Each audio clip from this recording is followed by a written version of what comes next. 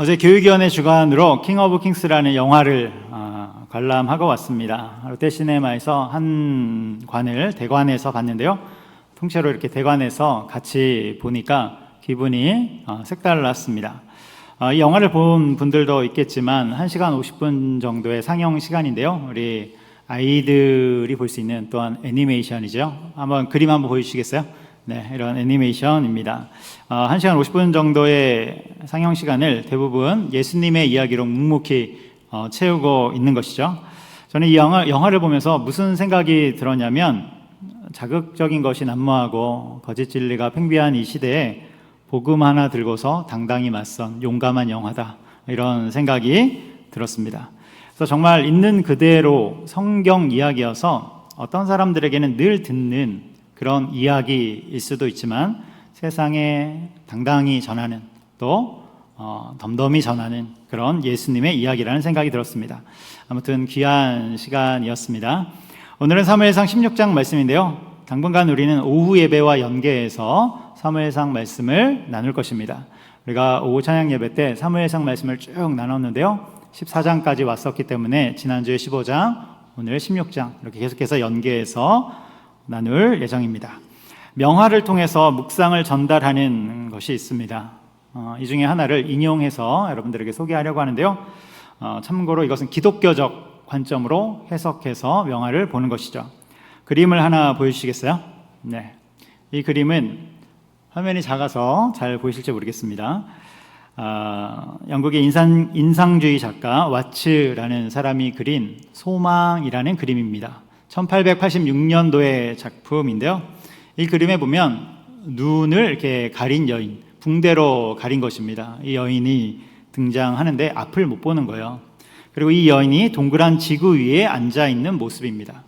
그러면서 악기를 연주하려고 악기를 부여잡았는데 줄이 다 끊어지고 한 줄만 남아 있습니다. 한 줄이 보이시나요? 한 줄이 남아 있습니다. 그림의 제목이 소망인데, 이 그림을 보면 전혀 소망이 보이지 않는 것이죠. 너무나도 가혹한 현실만 보이고, 그러한 가혹한 현실 속에서 소망을 부여잡으려고 최선을 다하는 모습입니다. 눈까지 다 가려졌으니까 정말로 소망이 안 보이는 것이죠. 그런데 이 여인이 붙잡고 연주하려는 이 한 줄이 소망의 줄이 되는 것입니다. 이것을 우리에게 적용하면 무엇이 될까?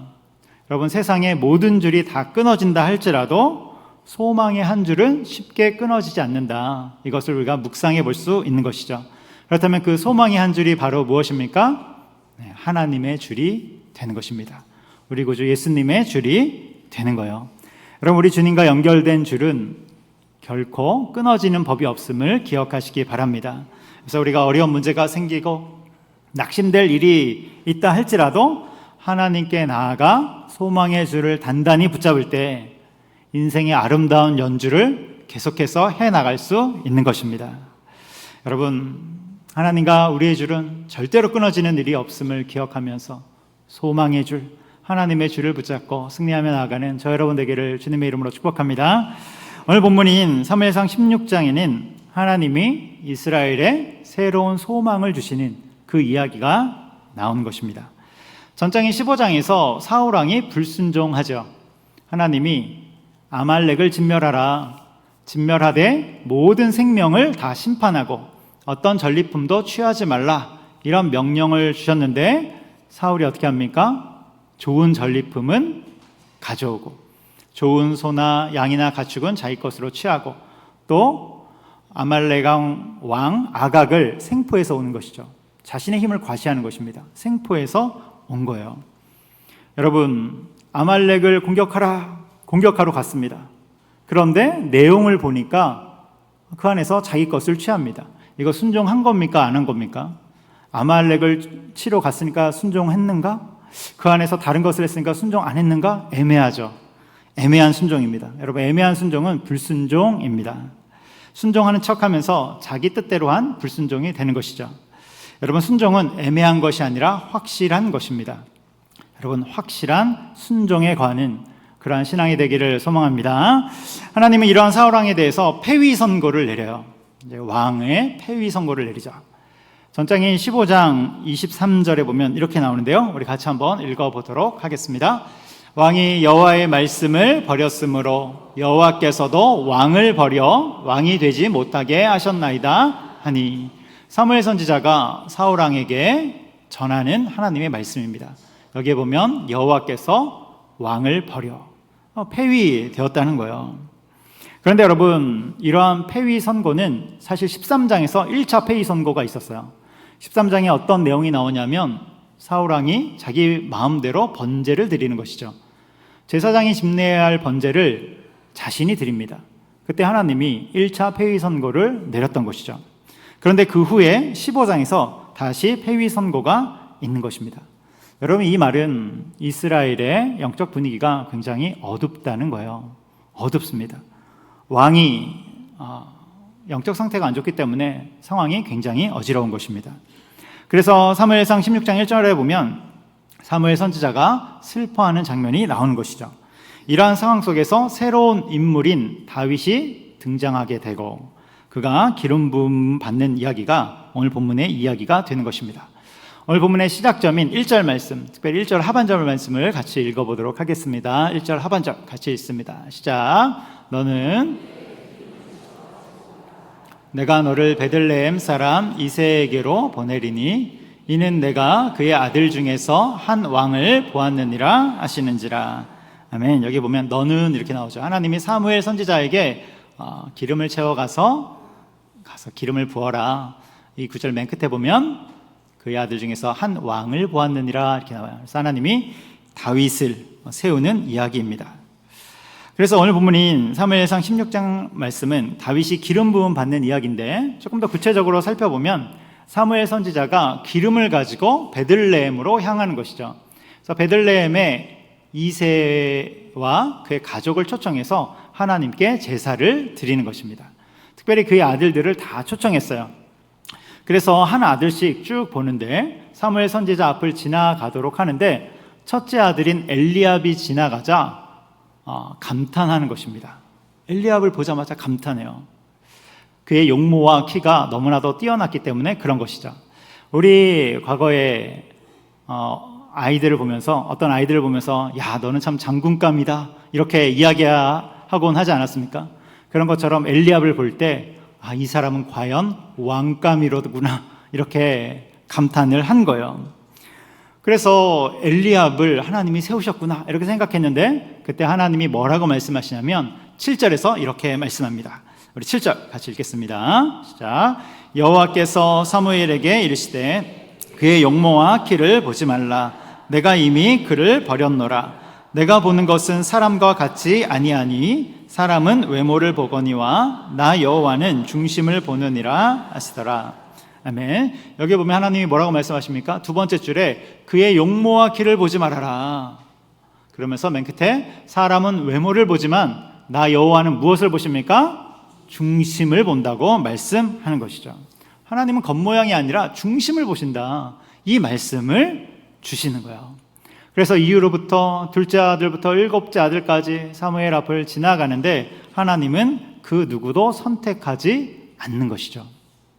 그러자 사무엘 선지자가 이새에게 아들이 더 있냐 물어보고 너무 존재감이 없어서 그 자리에 끼지도 못한 다윗이 부름을 받고 기름 부음을 받게 되는 것입니다. 여러분, 거기에 있는 다윗은 어떤 존재입니까? 정말로 아무런 존재감이 없는, 그러니까 하나님이 지금 무엇을 하고 계세요? 외모가 아니라, 외적인 스펙이 아니라, 어떤 그의 존재감이 아니라 중심을 보고 계시다, 이것을 우리 가운데 전하고 있는 것입니다. 그렇다면 하나님은 다윗의 어떤 중심을 보셨을까? 다윗 마음 안에 있는 어떤 중심이 하나님께 띄었을까? 그런데 여러분, 사무엘상 16장을 읽어보면 다윗의 중심이 어떤지 명확하게 나오지 않습니다. 정확하게 나오지 않아요. 그 대신 뭐가 나오냐면 다윗의 겉모습이 어떤지가 나와요. 그의 외형, 그가 어떻게 생겼는지가 나오는 것입니다. 이 부분이 흥미롭죠. 12절에 이 말씀이 나오는데요, 12절 같이 읽습니다. 시작. 이에 사람을 보내어 그를 데려오매 그의 빛이 붉고 눈이 빼어나고 얼굴이 아름답더라. 여호와께서 이르시되 이가 그니 일어나 기름을 부으라 하시는지라. 아멘. 하나님은 중심을 보신다고 했는데 이 구절에 보면 중심이 아니라 겉모습이 나오는 것입니다. 그래서 두 번째 줄에 그의 빛이 붉고, 빛이 붉다는 것은 원어로 보면 피부가 붉은 갈색을 뜻하는 것인데 그의 나이가 어리다는 것을 말하는 거예요. 이 당시 다윗은 10대 중반이지 않았습니까? 10대 중반. 나이가 굉장히 어리잖아요. 그것을 뜻하는 거예요. 그러면서 눈이 빼어나고 얼굴이 아름답더라. 이것은 멋지고 아름다운 외모를 표현한 것입니다. 그럼 하나님이 외모를 보지 말아라. 나는 중심을 본다. 이렇게 말씀하셨는데 여기에 보면 중심이 아니라 외모의 구절이 나온단 말이에요. 이것이 무엇일까? 성경은 이러한 말씀이 나오는 것일까? 그런데 여러분, 이것은 사실 외적인 아름다움이기도 하지만 그보다는 내면의 아름다움이 외적으로 나타나는 것입니다. 내면의 아름다움이 겉으로 발현되는 거예요. 그의 선한 성품, 아름다운 성품이 그의 겉모습 가운데, 얼굴 가운데 드러나는 것이죠. 마치 갈라디아서 5장에 성령의 9가지 열매가 나오는데요, 그러한 열매가 내면에 있어서 외적으로 드러나는 것과도 같은 것입니다. 여러분, 갈라디아서 5장 22절로 23절 성령의 9가지 열매가 나타나는데요, 우리 같이 한번 읽어보도록 하겠습니다. 시작.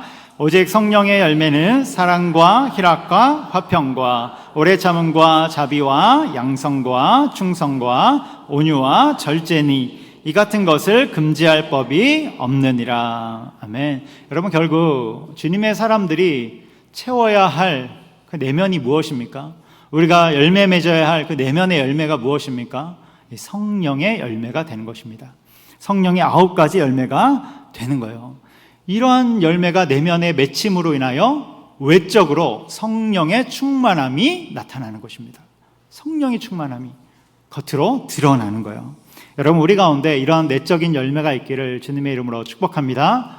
성령님의 그 열매가 있어서, 성령 안에서의 열매가 있어서 우리 그리스도의 삶의 모습으로 드러나는 것이죠. 이것이 진정한 성령 충만함이 되는 것입니다.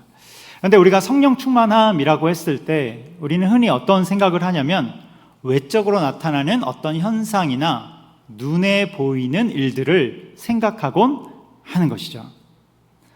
눈에 보이는 것들. 이것에 대해서 18세기 미국의 대각성운동을 이끌었던 조나단 에드워즈 목사님이 흥미로운 조사를 했어요. 그것은 성령의 역사와 악한 영의 역사를 비교, 조사, 분석한 것입니다. 18세기 미국의 대각성운동이 일어났을 때 엄청난 성령의 역사가 일어났지만 또 한편으로는 악령, 악한 영의 역사도 있었기에 이것을 보면서 분석한 것입니다. 그래서 겉으로 보면 그런데 둘 다 비슷해 보인다는 거예요. 사람들이 어떤 황홀경에 들어가기도 하고, 그리고 병고침 같은 기적이 일어나기도 하고, 또 성령의 은사와 같은 어떤 은사들이 나타나기도 한다는 것이죠. 겉에서 볼 때는 비슷해요. 그래서 조사하면서 한 가지 글을 발표하는데 그것은 성령의 확실한 5가지 증거들이라는 글입니다. 성령의 확실한 5가지 증거들. 그렇다면 여러분, 성령의 확실한 증거가 뭘까? 여러분, 첫 번째로 성령 충만한 사람들은 어떤 현상이 일어나냐면 예수님을 높이더라, 이런 현상이 일어난다는 거예요. 어떠한 상황 가운데서도 예수님을 높이는 것입니다. 자기를 높이는 것이 아니라, 또 내가 어떤 능력이 있어 하면서 타인을 억압하는 것이 아니라 끊임없이 예수님을 높이는 그 방향으로 나간다는 것입니다. 성령의 내적인 열매를 맺는 사람도 마찬가지죠. 여러분, 내적인 열매를 맺는 사람들은 어느 방향으로 나갑니까? 예수 그리스도를 높이는 방향으로 나아가는 것입니다. 할렐루야, 아멘. 여러분, 우리가 예배를 드릴 때 여름이 되면 에어컨을 이렇게 틉니다. 에어컨을 틀면 어떤 분은 춥기도 하고 어떤 분은 덥기도 하고, 그래서 예배당이 조금 불편할 수도 있어요. 또 우리 교회 이야기는 아니지만 다른 교회 목사님들과 이야기를 해보면 주차 문제 때문에 그렇게 골치를 앓는다고 합니다. 우리 교회는 주차가 해결돼 있어요. 아파트 안에 내실 수 있기 때문에 참 감사하게 생각합니다. 근데 다른 교회는 주차 때문에 불편함을 겪는 것이죠. 그래서 이것 때문에 하나님 앞에 제대로 나가기 어려운 그런 부분들을 이야기합니다. 그런데 여러분, 이러한 불편이 있다 할지라도 이것을 다르게 취한하면 어떠한 환경 속에서라도 또 어떠한 고난 속에서라도 예수님을 높이는 것을 멈추지 않는 것, 여러분, 이것이 바로 성령 충만한 사람들의 가장 큰 특징이 된다는 거예요. 그런데 악한 영, 미혹의 영에 빠져 있으면 예수님을 높이지 않고 그 방향이 사람이 되는 것입니다. 예수님이 드러나는 것이 아니라 사람이 드러나는 거예요. 여러분, 어떠한 순간에서라도 예수 그리스도를 높이는, 예수님을 나타내는 우리가 되기를 축복합니다. 성령 충만한 사람의 두 번째 특징은 세상을 이기더라, 사단을 이기더라, 이 특징을 갖고 있는 것이죠. 악한 영에, 미혹의 영에 사로잡힌 사람들은 어떻게 하냐면 세상을 더 원합니다. 세상을 더 추구하고 자기 만족을 원하는 것이죠. 그래서 더 많이 갖고 싶고, 지금 있는 것보다 더 부자가 되고 싶고, 지금 있는 것보다 더 높아지고 싶고, 끊임이 없는 것입니다. 끝이 없어요. 계속해서 더 갖고 싶어 하는 것입니다. 그래서 하나님이 주신 것 이상으로 욕심으로 쟁취하려고 하는 것이죠. 그런데 성령 충만한 사람은 어떻습니까? 세상을 원하는 것이 아니라 세상을 초월하는 사람들이 되는 거예요. 이것을 다른 말로 하면 교회에서 이런 말을 써서 그렇지만 도통한 것입니다. 여러분, 세상을 초월해서 도통한 거예요. 타종교에서는 세상을 초월하려고 돌을 닦지요. 열심히 돌을 닦습니다. 그런데 인간은 기본적으로 죄성이 있기 때문에 이게 잘 안 되는 것이죠. 여러분, 세상을 초월하고 이것은 단 한 가지 조건일 때만 가능한 것입니다. 그것은 이 세상이 끝이 아니고 죽은 이후에는 다음 세상이 있고 새하늘과 새 땅이 있음을 확신하는 자들, 그들이 세상을 초월해서 살 수 있는 것입니다. 그 나라는, 그 새하늘과 새 땅은 바로 우리 구주 예수 그리스도의 나라가 되는 것이죠. 여러분, 이것을 모르는 자들은 세상에 집착할 수밖에 없는 거예요. 당연하잖아요. 보이는 게 다라면 이 보이는 세상 가운데 승부를 걸어야 하는 것입니다. 그래서 될 수 있으면 더 많은 성취와 더 많은 부를 통해서 자기를 증명해야 되는 것이죠. 그래서 신사도 운동과 같은 거짓과 사이비들은 뭐라고 이야기하냐면 그들은 부의 재분배, 부자가 되는 길, 이런 강의를 합니다. 이게 공식 강의예요. 부의 재분배. 이단과 사이비에 가면 이런 걸 들을 수 있어요. 부의 재분배는 뭐냐면 예수님을 믿으면 부가 재분배되어서 믿는 자들에게 부가 끌어온다는 것입니다. 굉장히 혹할 수 있는 그런 이야기이죠. 그래서 신사도 운동의 리더들은 부유해요. 이 부유함이 또한 자신을 증명하는 증거이기도 합니다. 그런데 이것은 거짓 진리이죠. 여러분, 만일에 부의 재분배가 진리라면 예수님이 이 땅에 계셨을 때 어떻게 살아야 합니까? 가장 부자로 살아야 하는 것이죠. 그리고 예수님이 선택한 12 제자는 가난한 갈릴리의 어부가 아니라 부를 가진 자들 또는 부자가 될 자들로 인도하셨어야 되는 것입니다. 그런데 그렇지 않았다는 거예요. 여러분, 성령 충만한 사람들은 다음 세상에 있음을 확신하기에 세상을 초월한 자들임을 여러분 기억하시기 바랍니다. 그래서 우리는 어떻게 살아갑니까? 천국의 상급을 쌓기 위해 살아가는 것이죠. 천국의 상급을 쌓기 위해서 세상에 끌려가지 말고 세상을 이기는 우리가 되기를 소망합니다. 성령 충만한 사람의 세 번째 특징은 말씀을 사모한다는 거예요. 말씀을 사모한다. 그래서 성령 충만한 사람들을 다 조사해보면 이들이 결국 어디를 향해 달려가냐면 말씀을 향해 달려간다는 것입니다. 그래서 미국의 영적 대각성 운동이 일어났을 때 어떤 현상들이 일어나냐면 하나님의 말씀을 듣기 위해서 수십 킬로미터를 걸어서 오는 사람들, 교통수단이 없으니까 걸어서 수십 킬로미터를 이동하는 것입니다.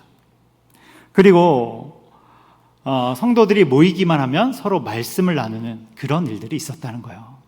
여러분은 모이면 어떤 이야기 합니까? 여러분, 우리는 말씀을 나누기를 소망합니다. 우리나라 1907년에 있었던 평양 대부흥 운동 때도 마찬가지죠. 여러분, 그때 전해져 내려온 이야기들을 들어보면 어떻습니까? 말씀 사경에 참석하기 위해서 몇 날 며칠을 걸어서 온 성도들의 이야기, 이 전설과 같은 이야기들을 우리가 듣지 않습니까? 그리고 예배당에도 은혜 받기 위해서 앞자리부터 꽉꽉 채우는 그런 일들 우리가 듣지 않습니까? 그래서 성령 충만한 자들은 말씀을 향해, 그 말씀의 사모함을 향해 가는 것입니다. 그런데 미혹의 영에 사로잡힌 사람들은 어떻게 되냐면 말씀을 중요하게 여기는 것이 아니라 자신이 체험한 신비한 체험을 중요하게 생각하는 것이죠. 그래서 계속해서 신비로운 체험을 추구하게 되는 것입니다. 여러분, 우리는 말씀을 사랑하며 말씀을 사모하며 나가는 것입니다. 말씀을 사모하는 저 여러분 되기를 주님의 이름으로 축복합니다. 성령 충만한 사람의 네 번째 특징은 복음의 진리를 확신한다는 거예요. 복음의 진리를 확신한다. 그래서 예수님의 십자가와 부활의 능력으로 살아가게 되는 것이죠. 미혹의 영에 빠진 사람들은 내가 귀신을 쫓았어, 내가 능력을 행했어. 아니요, 여러분, 성령 충만한 사람들은 예수 그리스도의 십자가와 부활의 능력으로 사는 자들입니다. 그리고 다섯 번째 특징은 하나님과 사람을 사랑하는 방향으로 움직이더라. 하나님과 사람을 사랑하는 방향. 미혹의 영에 빠진 사람들은 우월의식 속에서 교만함 가운데 살아가는 것입니다. 성령 충만한 사람들은 하나님과 타인을 사랑하는 그 삶을 살아가는 것이죠. 여러분, 우리는 성령의 충만함을 구하며 나가는 것입니다. 특별히 내면에 성령의 열매가 있어서 그것이 외적으로 드러나는 것이죠. 성령의 9가지 열매, 여러분 기억하십니까? 사랑과 희락과 화평과 오래 참음과 자비와 양선과 충성과 온유와 맨 마지막에 뭡니까? 절제. 이 9가지 열매가 우리 안에 충만하게 있어서 정말로 성령의 충만함 가운데 살아가는 저 여러분 되기를 주님의 이름으로 축복합니다. 우리 말씀의 결론을 맺습니다. 13절 말씀 같이 읽어보도록 하겠습니다. 13절 읽습니다. 사무엘이 기름 뿔병을 가져다가 그의 형제 중에서 그에게 부었더니 이날 이후로 다윗이 여호와의 영에게 크게 감동되니라. 사무엘이 떠나서 라마로 가니라. 아멘. 여기 보면 다윗이 기름 부음 받는 장면이 나옵니다. 사무엘이 기름 뿔병을 가져다가 두 번째 줄에 그에게 부었더니 다윗에게 부었죠. 그러니까 어떻게 됩니까? 다윗이 여호와의 영에 크게 감동되어 충만한 삶을 살아가는 것입니다. 그래서 다윗은 어떤 존재입니까? 내면의 충만함과 그리고 하나님의 기름 부으심의 충만함으로 하나님께 쓰임받으며 살아가게 되는 것이죠. 여러분, 우리도 내면의 충만함과 하나님이 기름 부으시는 그 기름 부음에 충만함이 있어서 하나님께 쓰임받기를 소망합니다. 하나님이 내게 맡겨주신 사명과 또 사역과 봉사와 뿐만 아니라 삶의 터전과 일터와 인생의 현장에서도 성령의 충만함으로 또한 주님이 주시는 탁월함으로 살아가는 저 여러분 되기를 주님의 이름으로 축복합니다. 기도하겠습니다. 사랑과 은혜가 많으신 하나님 아버지, 우리 내면의 영성에 성령의 충만함이 있어 그것이 우리의 삶에 드러날 수 있도록 인도하여 주옵소서. 내면의 충만함과 주님의 기름 부으심 가운데서 온전히 쓰임받는 인생 될 수 있도록 더욱 붙잡아 주시옵소서. 우리 인생의 방향이 끊임없이 어떤 순간에서라도 예수님을 높이는 그러한 방향으로 나가길 원하며 또한 말씀을 사모하고 세상을 이기는, 초월하는 그러한 그리스도인들 될 수 있도록 더욱 붙잡아 주시옵소서. 감사하며 예수님의 이름으로 기도합니다. 아멘.